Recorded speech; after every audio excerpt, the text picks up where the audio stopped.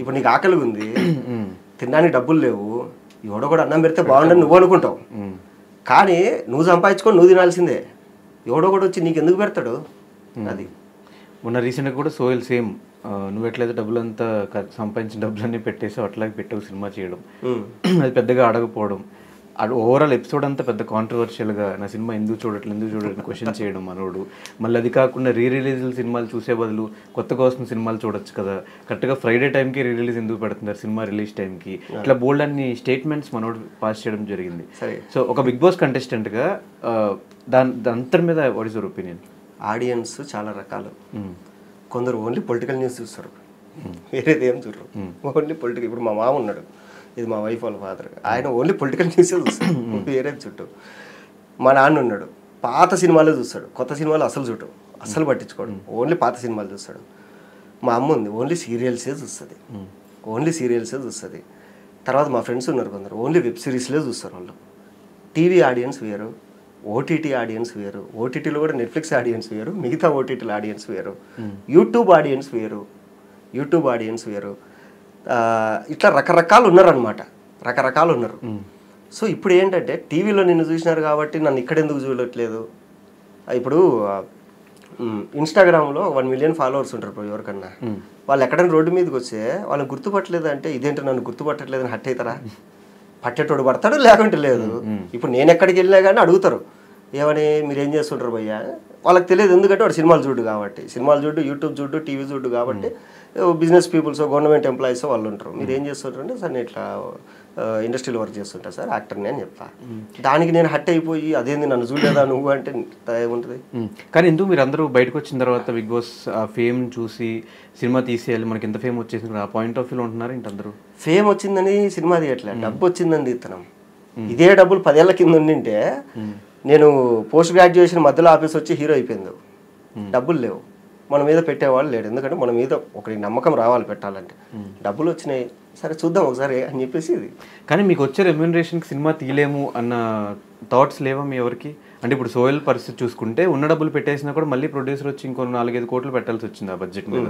ఇప్పుడు మీ సంగతి తీసుకున్నా కూడా 2019లో స్టార్ట్ అయిన సినిమా ఇప్పుడు లేట్ అవుతుందంటే బడ్జెట్ ప్రాబ్లం.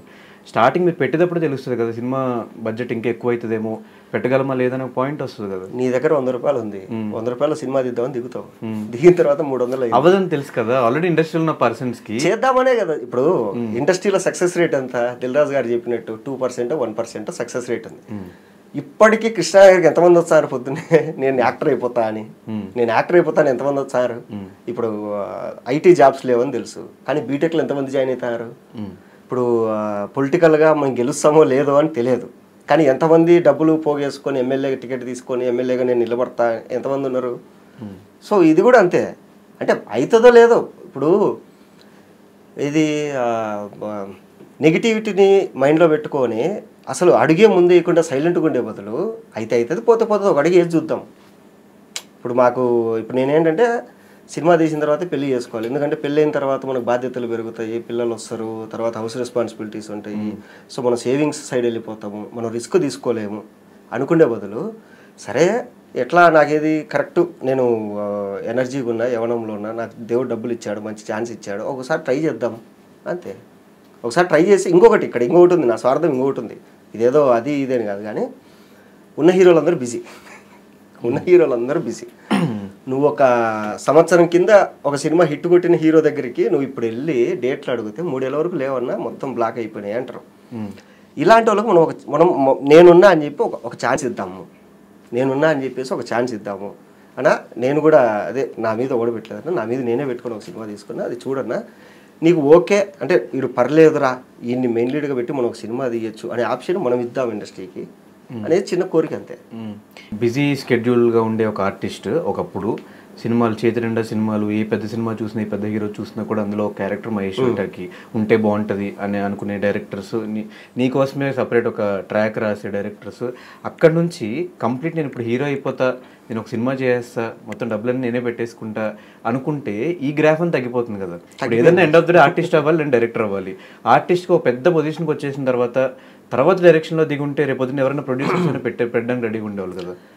నేను అనుకుంది ఎందుకు స్ట్రగ్లింగ్ పీరియడ్లోనే మళ్ళీ మొత్తం స్ట్రగుల్ పడుకుంటా ఉన్న లైఫ్ మొత్తం స్పాయిల్ చేసుకుని మళ్ళీ ఈ రూట్లోకి వచ్చి ఇంట్లో వాళ్ళు పెళ్లి చేసుకోరా అన్నారు. పెళ్లి చేసుకుంటే నేను మళ్ళీ ఎక్కడ నేను అంటే ఈ డెసిషన్ తీసుకుంటానో లేదో అని చెప్పేసి ఫస్ట్ నేను సినిమా తీసుకుంటా, తర్వాత పెళ్లి చేసుకుంటా అని చెప్పిన. ఇంకోటి 365 రోజులు బిజీగా ఉన్నాం. 365 రోజులు 150 రోజులు బిజీగా ఉంటే వాడు హయ్యెస్ట్ డిమాండ్ ఆర్టిస్ట్ ఇండస్ట్రీలో. అవును, ఓకేనా? సో 300 రోజులు నువ్వు ఒక 100 రోజులు బిజీగా ఉన్నాం, 260 రోజులు ఖాళీగా ఉన్నాయి. దాంట్లో ఒక 100 రోజులు చాలు కదా మనం సినిమా చేసుకోవడానికి అనుకొని దిగినాం. బట్ ఇప్పుడు ఆ 100 రోజులు కూడా లేవు కదా. లేవు. ఎగ్జాంపుల్ సముద్రకాని గారు ఆయన సినిమాలు చేసుకుంటూ డైరెక్టర్గా కూడా సినిమాలు చేసుకుంటున్నాడు.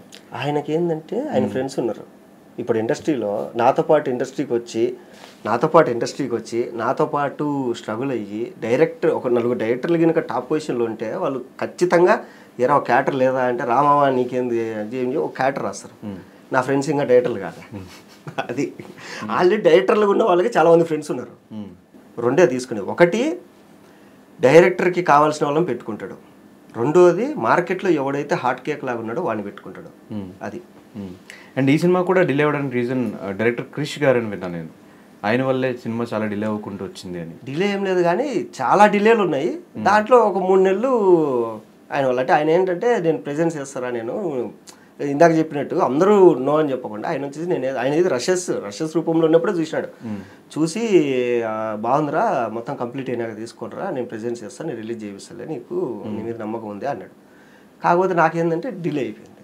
నాకు టెక్నికల్గా పోస్ట్ ప్రొడక్షన్లో అక్కడ ఇక్కడ డిలే అయిపోయిన తర్వాత ఆయన ఇంకా తర్వాత వేరే సినిమాలు స్టార్ట్ చేసేసుకొని అట్లా బిస్కెట్ అయింది. అప్పటికి అంటే ఆయన ఇచ్చిన టైంలైన్లో ఇంకా నేను కంప్లీట్ చేసి ఇచ్చింటే అయిపోయింది. మనకు డిలే అయింది. అంటే ఏదో ఒకటి తీసి వదిలేద్దామని కాకుండా నీట్గా చేద్దాం అనే క్రమంలో డిలే అయిపోయింది. మీ మిస్టేక్ కూడా ఉంది అయితే? ఉంది, నాది కూడా ఉంది. అంటే నేను పెట్టుకున్న కొంతమంది టెక్నీషియన్స్ కానీ వాళ్ళు నెలలో కంప్లీట్ చేస్తామని చెప్పేసి 6 నెలలు 9 నెలలు చేసిన రోజులు ఉన్నాయి. నా సినిమాలో ఒక బ్యాక్గ్రౌండ్ మ్యూజిక్కి 8 నెలలు వర్క్ అవ్వాలి. సరిగ్గా ఇవ్వట్లేదేమో. బడ్జెట్ ఇచ్చేసిన ఫుల్ ఇచ్చేసిన. ఆయన ఇండస్ట్రీలో బిజీ టెక్నీషియన్. అరే ఏం లేవరా చేసేద్దామని చెప్పి వెళ్ళి ఫుల్ అమౌంట్ ఇచ్చేసి అన్న బ్యాక్గ్రౌండ్ మ్యూజిక్ చేసి అన్న ఇచ్చిన తర్వాత ఆయనకు వేరే పెద్ద ప్రాజెక్ట్ వచ్చి పడింది, ఒక పాన్ ఇండియా ప్రాజెక్ట్. దాంతో ఆ ప్రాజెక్ట్ అయిపోయిన దాకా నేను చేయలేను రా అన్నాడు. నేనేంది, నాకు నువ్వే కావాలన్నా, నువ్వైతే దీన్ని న్యాయం చేయగలవు. ఎవరింతకి? జీవన్ బాబు అని. సో అట్లా అయింది. అంటే ఆయన RRR అయిపోయింది, నేను ఫ్రీగా ఉన్నా చేసేస్తారా అన్నాడు. ఓకే అన్న చేసేయి అని చెప్పేసి నేను ఫుల్ అమౌంట్ ఇచ్చేసి ఉన్నా. తర్వాత ఏంటంటే కనుక కీరవాణి గారు బింబిసార సినిమా ఒప్పుకున్నాడు. సో ఇప్పుడు ఆయన ఫస్ట్ నుంచి కీరవాణి గారితో ఉన్నాడు కదా. ఇప్పుడు ఆయన వదిలేసి లేదు నేను మహేష్ గారికి మాట ఇచ్చిన అని రాలేడు కదా నా కోసం. నేనేంటంటే లేదన్నా నాకు నువ్వైతేనే బాగా చేయగలవు, సో ఒక చిన్న సినిమాని మ్యూజిక్తో బాగా లేపాలంటే నీలాంటి ఎక్స్పీరియన్స్డే కావాలి, నువ్వే చేయన్నా అని చెప్పి వెయిట్ చేసిన. ఆ వెయిటింగ్ ఏమైంది, కొద్ది రోజులు అయిపోతుంది. 8 నెలలు 9 నెలలు అయింది నాకు. 8 నెలలు 9 నెలలు ఏ వర్క్ లేదు, ఆయన చేసిస్తే చేసుకుందాం. సో ఇప్పుడు కంప్లీట్గా ఫిక్స్ అయిపోయింది, మొత్తం అయిపోయింది, రెడీ. ప్రీమియర్కి రెడీ, రిలీజ్కి రెడీ, అన్నీ రెడీగా ఉన్నాయి ఇప్పుడు. కానీ ఈ సినిమా లాస్ట్ టైం ఒక సాంగ్ రిలీజ్ అయినప్పుడు సాంగ్ భయంకరంగా వైరల్ అయింది, రీల్స్ చేసిన దానికి ఎక్కడికి వెళ్ళినా దాని గురించి అప్రిసియేషన్. అప్పట్లో నేను చూసిన టైటిల్ మాత్రం కల్ట్ గ్యాంగ్. అవును. ఇప్పుడు ఉత్తుత హీరోలు అని మార్చారు. సో ఆ కల్ట్ గ్యాంగ్ సినిమాలో మీరుండే ఒక 4-5 పేర్లు కలిపి ఒక కల్ట్ గ్యాంగ్ కింద పెట్టారు. యాప్ టైటిల్ అది. ఎందుకు అంత యాప్ టైటిల్ని విశ్వక్సేన్ అడగంగానే అలా టైటిల్ ఇచ్చారు? నేను రెన్యువల్ చేసుకోవడం డిలే అయింది. రెన్యువల్ చేసుకోవడం డిలే అయ్యే లోపల అంటే ఒకసారి మనం ఒక టైటిల్ రిజిస్టర్ చేసుకుంటే 1 ఇయర్ తర్వాత రెన్యువల్ చేసుకోవాలి మనం, లేదంటే 1 ఇయర్ లోపల మనం రిలీజ్ చేసుకోవాలి. నాకు చెప్పినా కదా నేను అంతా ఇంకా రెడీ, అమ్మ డబ్బింగ్ అయిపోయి బ్యాక్గ్రౌండ్ మ్యూజిక్ అయిపోతే ఇంకా అయిపోతుంది సినిమా అనుకునే టైంకి నాకు ఆయన జీవన్ బాబు వల్ల ఒక 9 నెలలు డిలే అయింది. నేనేంటంటే ఈ రెన్యువల్ చేసుకోవడం కొంచెం డిలే అయింది నా దగ్గర నుంచి. ఈ లోపల ఏంటంటే ఆయన తీసేసుకున్నాడు. సో తర్వాత రిటర్న్ అడగాలి, ఒకసారి అడుగుదాము కనుక్కుందాము అని ఏం ట్రై చేయలేదు? ఎందుకు, ఏముంది, ఆయనకు నచ్చింది ఆయన చేసేసుకుంటాడు. బట్ యాప్ టైటిల్ కదా మీ సినిమాకి, అది యాప్ టైటిల్. కానీ నాకు మైండ్లో ఒకటి ఉంది ఏంటంటే ఈ బీసీ సెంటర్లలో ఆ టైటిల్ నోరు తిరగట్లా. కల్ట్ గ్యాంగ్ అనేది నోరు తిరగట్లా. మా నాన్నే 10 సార్లు అడిగాను నన్ను ఎప్పటికీ, నీ సినిమా పేరు ఏందిరా, కల్ట్ గ్యాంగ్, కల్ట్ అంటారు, అది నీ తెలియదులే అంట. మా అమ్మకి నోరు తిరగట్లా. సో అట్లా నాకు అనిపించింది. ఇంకోటి ఏంటంటే మైత్రి డిస్ట్రిబ్యూషన్ ఆఫీస్కి వెళ్ళినప్పుడు శశి గారు నాకు చెప్పారు, ఇంగ్లీష్ టైటిల్ వద్దమ్మా ఎప్పటికే, కానీ నీకు బీసీ సెంటర్లో నీకు అర్థం కాదు వాళ్ళకి, తెలుగు టైటిల్లో పెట్టుకో, నీకు ఎందుకు ఫస్ట్ సినిమాకి ఎక్స్పెరిమెంట్ చేసుకోవడం అని. అప్పుడు మళ్ళీ సరే అనుకుని ఉత్తుత్త హీరోలు రిజిస్ట్రేషన్, ఎట్లా అది పోయింది కదా, సో తెలుగు టైటిల్ అనుకుంటే ఉత్తుత్త హీరోలు అని రిజిస్ట్రేషన్ చేసుకున్నాను. ఎవరిది ఐడియా అది ఉత్తుత్త హీరోలు? ఉత్తుత్త హీరోలు కృషి గారిదే. నేను ఫస్ట్ ఆగిపోయిన హీరోలు అనుకున్నా, ఆయన ఫస్ట్ సినిమాకి ఆగిపోయిన అట్లా వద్దురా ఉత్తుత్త హీరోలు పెట్టు బాగుంటది అని, సరే అని చెప్పి. మరి ఇప్పుడు క్రిష్ గారి ప్రెజెన్స్ ఉందా లేదా? ఇంతకీ లేదా? ఆయన బిజీగా ఉన్నాడు, ఆయన సినిమాలలో హరహర వీరమల్లు, హరిహర వీరమల్లు ఉంది, తర్వాత ఇంకో సినిమా ఉంది, ఆయన చాలా బిజీగా ఉన్నాడు ఆయన ఇప్పుడు. అది